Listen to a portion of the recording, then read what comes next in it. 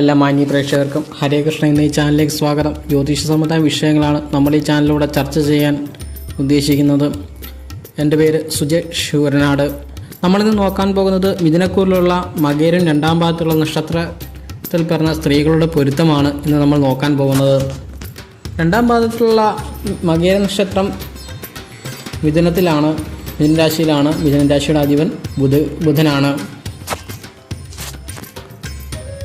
തിരുവാതിര നക്ഷത്രം നല്ല രീതിയിൽ ചേരും. പുണർദം എടുക്കാൻ പാടില്ല, കാരണം മുന്നാളാണ്. കർക്കിടകൻ രാശിയിലുള്ള പുണർദം കാല് പൂയം ആയില്യം എടുക്കാൻ പറ്റില്ല, കാരണം ബുധനും ചന്ദ്രനും ശത്രുക്കളായതുകൊണ്ട് ഒഴിവാക്കുക. അതിൻ്റെ അധിപന്മാർ തമ്മിൽ ശത്രുക്കളായതുകൊണ്ട് ഒഴിവാക്കുക. ചന്ദ്രന് ബുധനോടല്ല ശത്രുത, ബുധന് ചന്ദ്രനോടാണ് ശത്രുത. അതായത് ബുധക്ഷേത്രത്തിൽ നിൽക്കുന്ന നക്ഷത്രക്കാർക്ക് കർക്കിടകൻ രാശിയിലുള്ള നക്ഷത്രക്കാരോട് വിവാഹം കഴിച്ചു കഴിഞ്ഞാൽ കുറച്ച് കഴിയുമ്പോൾ പൊതുവെ ഒരു ശത്രുതാ മനോഭാവം ഉണ്ടാവും. അതുകൊണ്ടാണ് ഇത് ഒഴിവാക്കാൻ പറയുന്നത്. ചിങ്ങൻ രാശിയിലുള്ള മകം പൂരം ഉത്രം കാല് എടുക്കാൻ പാടില്ല, കാരണം മൂന്നാം കൂറാണ്, അതുകൊണ്ട് ഒഴിവാക്കുക. കന്നി രാശിയിലുള്ള ഉത്രം മുക്കാല് അത്തം ചേരുന്ന നക്ഷത്രങ്ങളാണ്, എടുക്കാം. ചിത്തിര അനുജന്മ നക്ഷത്രങ്ങളായതിനാൽ ഒഴിവാക്കുക. തുലാൻ രാശിയിലുള്ള ചോതി വിശാഖം മുക്കാല് ചേരുന്ന നക്ഷത്രങ്ങളാണ്.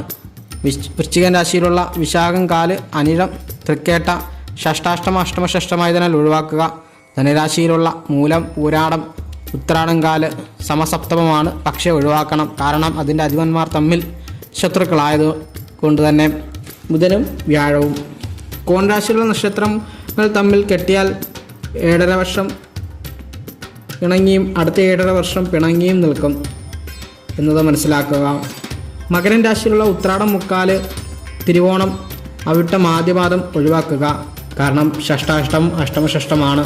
കൂടാതെ അവിട്ടം അനുജ നക്ഷത്രമായതിനാൽ ഒരു കാരണവശാലും പരിഗണിക്കാൻ പറ്റില്ല.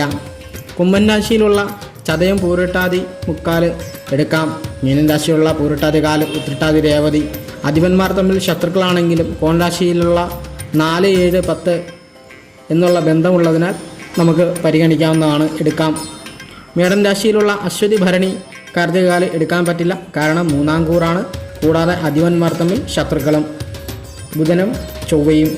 ഇടവൻ രാശിയിലുള്ള കാർത്തികം മുക്കാല് മുന്നാളായതുകൊണ്ട് ഒഴിവാക്കുക.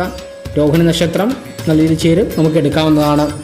ഇനി വിവാഹപ്പൊരുത്തമില്ലാതെ വിവാഹം കഴിച്ച് തമ്മിൽ തെല്ലും വഴക്കമായി കഴിയുന്നവർ ഒട്ടും ഭയപ്പെടേണ്ട ആവശ്യമില്ല, കാരണം ഗുരുവായൂർ ക്ഷേത്രത്തിൽ ഗുരുവായൂരപ്പന് വഴിപാട് കഴിപ്പിക്കുന്നതും അതുപോലെ കൊടുങ്ങല്ലൂർ തിരുവഞ്ചിക്കുളം മഹാദേവ ക്ഷേത്രത്തിൽ ദമ്പതി പൂജ കഴിപ്പിക്കുന്നതും അതോടൊപ്പം തന്നെ യക്ഷിയമ്മയ്ക്ക് വഴിപാട് കൊടുക്കുന്നതും അതുപോലെ പൂജാതി കർമ്മങ്ങൾ ചെയ്യുന്നതും ദാമ്പത്യ ജീവിതത്തിന് വളരെയധികം ഗുണം ചെയ്യും എന്ന് മനസ്സിലാക്കുക. എല്ലാ മാന്യ പ്രേക്ഷകർക്കും നന്ദി, നമസ്കാരം. ലൈക്ക് ചെയ്യുക, ഷെയർ ചെയ്യുക, സബ്സ്ക്രൈബ് ചെയ്യുക.